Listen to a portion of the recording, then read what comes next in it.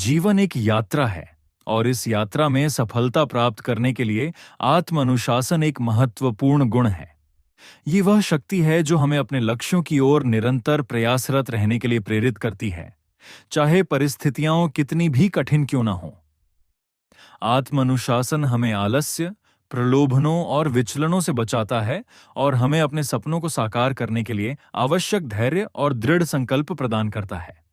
इस कहानी में हम एक युवा विक्रम की यात्रा का अनुसरण करेंगे, जो एक महान बुद्ध से आत्म अनुशासन का रहस्य सीखता है और अपने जीवन को बदल देता है। एक बार की बात है, एक युवा जिज्ञासु युवक विक्रम एक शांत और रहस्यमयी मठ में पहुंचा। वह अपने जीवन में व्याप्त अनिश्चितता और अस्थिरता से परेशान था। उसे लगता था कि वह अपने लक्ष्यों को प्राप्त करने में असमर्थ है, क्योंकि उसमें आत्म अनुशासन की कमी है। वह हर दिन नए संकल्प लेता, लेकिन कुछ ही दिनों में उन्हें तोड़ देता था। विक्रम ने सुना था कि उस मठ में एक महान बुद्ध रहते हैं, जिनका नाम सिद्धार्थ था, जो जीवन के सभी रहस्यों को जानते थे। विक्रम ने सिद्धार्थ से मिलने और उनसे आत्म अनुशासन सीखने का निश्चय किया। मठ में पहुंचकर विक्रम ने सिद्धार्थ को एक शांत और ध्यानमग्न अवस्था में पाया। उनके चेहरे पर एक अद्भुत शांति और स्थिरता थी। विक्रम ने उन्हें प्रणाम किया और अपनी समस्या बताई। सिद्धार्थ ने विक्रम की बात ध्यान से सुनी और मुस्कुराते हुए कहा, युवक, आत्म अनुशासन एक ऐसा बीज है जिसे धैर्य और निरंतरता के साथ सींचना पड़ता है। यह एक दिन में विकसित नहीं होता, बल्कि यह एक लंबी और कठिन यात्रा है।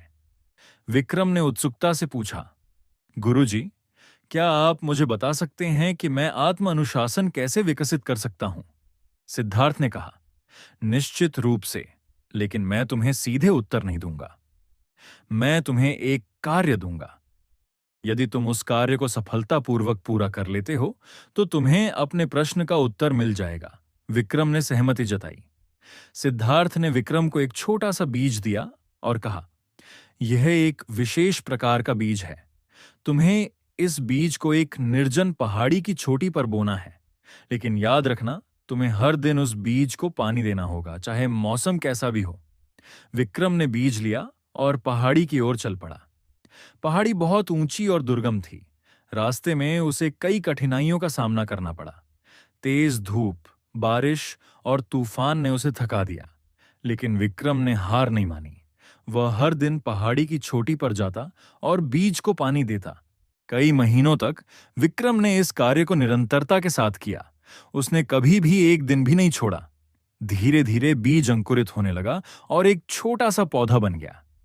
विक्रम ने पौधे की देखभाल करना जारी रखा और वह धीरे धीरे बढ़ने लगा। एक दिन जब विक्रम पहाड़ी की चोटी पर पहुंचा, तो उसने देखा कि पौधा एक विशाल वृक्ष में बदल गया है। वृक्ष पर सुंदर फूल और फल लगे हुए थे। विक्रम को यह देखकर बहुत खुशी हुई। वह तुरंत सिद्धार्थ के पास गया और उन्हें वृक्ष के बारे में बताया। सिद्धार्थ ने मुस्कुराते हुए कहा, युवक, तुमने अपना कार्य सफलतापूर्वक पूरा कर लिया है। अब मैं तुम्हें बताता हूं कि आत्म अनुशासन कैसे विकसित किया जाता है। सिद्धार्थ ने कहा, आत्म अनुशासन विकसित करने के लिए तुम्हें 3 महत्वपूर्ण बातों का ध्यान रखना होगा। लक्ष्य निर्धारित करें। सबसे पहले तुम्हें अपने लक्ष्यों को स्पष्ट रूप से परिभाषित करना होगा। तुम्हें पता होना चाहिए कि तुम क्या हासिल करना चाहते हो। जब तुम्हारे पास एक स्पष्ट लक्ष्य होगा, तो तुम्हें अपनी ऊर्जा और ध्यान को केंद्रित करने में आसानी होगी। नियमितता बनाए रखें।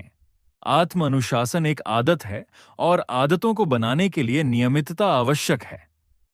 तुम्हें हर दिन अपने लक्ष्यों की दिशा में काम करना होगा, चाहे तुम्हें कैसा भी लगे। छोटी छोटी उपलब्धियां भी महत्वपूर्ण होती हैं, क्योंकि वे तुम्हें प्रेरित करती हैं और तुम्हें अपनी प्रगति का एहसास कराती हैं। धैर्य रखें। आत्म अनुशासन विकसित करने में समय लगता है। तुम्हें धैर्य रखना होगा और हार नहीं माननी होगी। रास्ते में तुम्हें कई चुनौतियों का सामना करना पड़ेगा, लेकिन तुम्हें उनसे सीखना होगा और आगे बढ़ते रहना होगा। सिद्धार्थ ने आगे कहा, जैसे तुमने इस बीज को सींचने में निरंतरता दिखाई, वैसे ही तुम्हें अपने लक्ष्यों को प्राप्त करने के लिए भी निरंतर प्रयास करना होगा। जब तुम नियमित रूप से अपने लक्ष्यों की दिशा में काम करोगे, तो तुम धीरे धीरे आत्म अनुशासन विकसित कर लोगे। विक्रम ने सिद्धार्थ की बातों को ध्यान से सुना और उन्हें धन्यवाद दिया। उसने महसूस किया कि उसने न केवल आत्म अनुशासन सीखा है, बल्कि धैर्य, दृढ़ संकल्प और निरंतरता का महत्व भी समझा है। विक्रम ने सिद्धार्थ से पूछा, गुरुजी, क्या आप मुझे कोई ऐसा सूत्र बता सकते हैं जो मुझे हमेशा याद रहे? सिद्धार्थ ने मुस्कुराते हुए कहा, निश्चित रूप से मैं तुम्हें एक 4 पंक्तियों का सूत्र बताता हूं। संकल्प हो दृढ़, मन हो शांत, कर्म हो निरंतर, लक्ष्य हो प्राप्त। धैर्य से सींचो, बीज को अपने, सफलता की छाया मिलेगी तुम्हें अपने। विक्रम ने इस सूत्र को अपने हृदय में बसा लिया और मठ से विदा ले लिया। वह एक नए आत्मविश्वास और दृढ़ संकल्प के साथ अपने जीवन में लौट आया। उसने अपने लक्ष्यों को प्राप्त करने के लिए कड़ी मेहनत की और धीरे धीरे एक सफल व्यक्ति बन गया। कहानी का सार: आत्म अनुशासन एक महत्वपूर्ण गुण है जो हमें अपने लक्ष्यों को प्राप्त करने में मदद करता है। इसे विकसित करने के लिए हमें लक्ष्य निर्धारित करने, नियमितता बनाए रखने और धैर्य रखने की आवश्यकता होती है। हमें अपनी गलतियों से सीखना चाहिए और कभी भी हार नहीं माननी चाहिए। आत्म अनुशासन के लाभ: लक्ष्यों को प्राप्त करने में मदद करता है, आत्मविश्वास बढ़ाता है, तनाव कम करता है, सफलता की संभावना बढ़ाता है, जीवन को अधिक सार्थक बनाता है। आत्म अनुशासन विकसित करने के उपाय: छोटे लक्ष्यों से शुरुआत करें, एक योजना बनाएं और उस पर टिके रहें।